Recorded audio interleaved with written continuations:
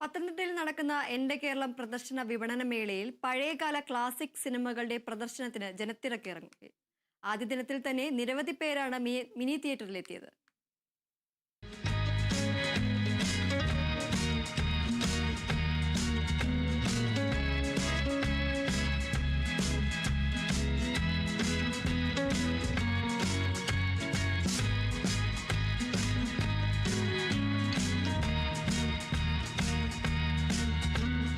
പഴയകാല ക്ലാസിക് സിനിമകളുടെ റീമാസ്റ്റർ ചെയ്ത പതിപ്പുകളാണ് എന്റെ കേരളം പ്രദർശന വിപണന മേളയിലെ മിനി തിയേറ്ററിൽ പ്രദർശിപ്പിക്കുന്നത്.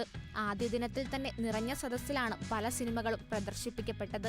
20-ലധികം വരുന്ന മലയാളത്തിന്റെ ക്ലാസിക് സിനിമകളുടെ ബിഗ് സ്ക്രീൻ ആസ്വാദനം ഒരു പുതിയ അനുഭവമാണ് ഉണ്ടാക്കുന്നത്. തിയേറ്ററിൽ കാണാനാവാതെ പോയിട്ടുള്ള പല മികച്ച സിനിമകളും പുതുതലമുറകൾക്ക് വീണ്ടും തിയേറ്റർ ആസ്വാദനത്തിന്റെ വഴിയൊരുക്കുകയാണിവിടെ.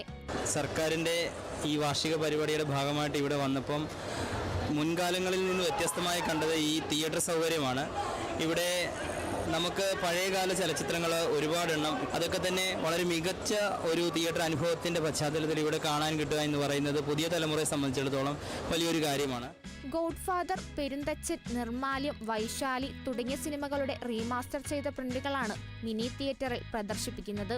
മെയ് 16-ന് പത്തനംതിട്ട ശബരിമല ഇടത്താവളത്തിൽ ആരംഭിച്ച എന്റെ കേരളം പ്രദർശന വിപണന മേള 22-ന് അവസാനിക്കും.